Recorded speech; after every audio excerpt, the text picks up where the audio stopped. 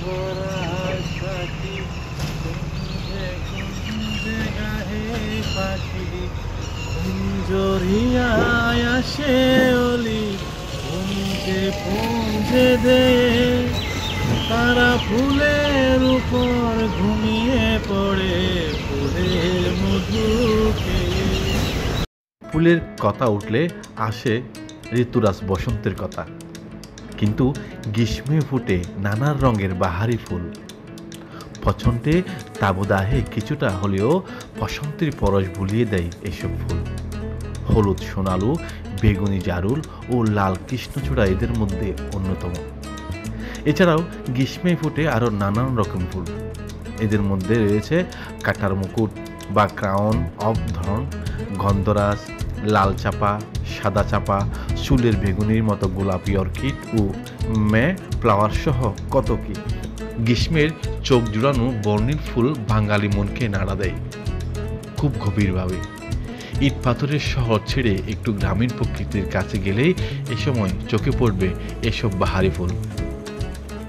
অপরিকল্পিত নগরায়ন ও অবাধে বৃক্ষ নিধনের ফলে বাংলাদেশের চিরচেনা এসব ফুলের বৃক্ষরাজি বহু আগেই শহর থেকে বিভার্সিত হয়েছে।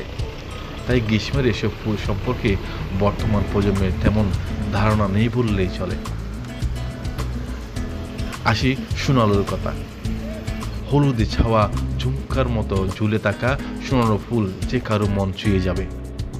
সোনালু গাছ আমাদের দেশে ওষুধি গাছ হিসেবেও বেশি পরিচিত। গ্রাম অঞ্চলে এই গাছকে অনেকে ভানোর লাঠি গাছও বলে থাকে। সোনালু গাছের ফল ঠান্ডা ও কাশি উপশমের জন্য বেশ উপকারী।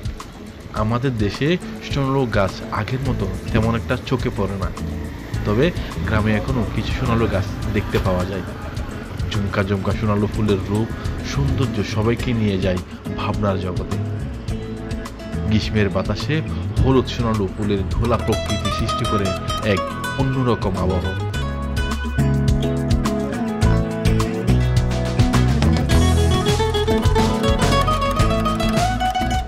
গ্রীষ্মের ফুল হিসেবে সোনালু ফুল এক কথায় অনন্য। প্রতি বছর গ্রীষ্মের হলুদ ফুরি হয়ে আমাদের মাঝে হাজির হয় সোনালু ফুল। আমরা যে জায়গায় এখন আছি সেটা হচ্ছে চট্টগ্রাম আনোয়ারা থানার অন্তর্গত কাপকুর পাশে।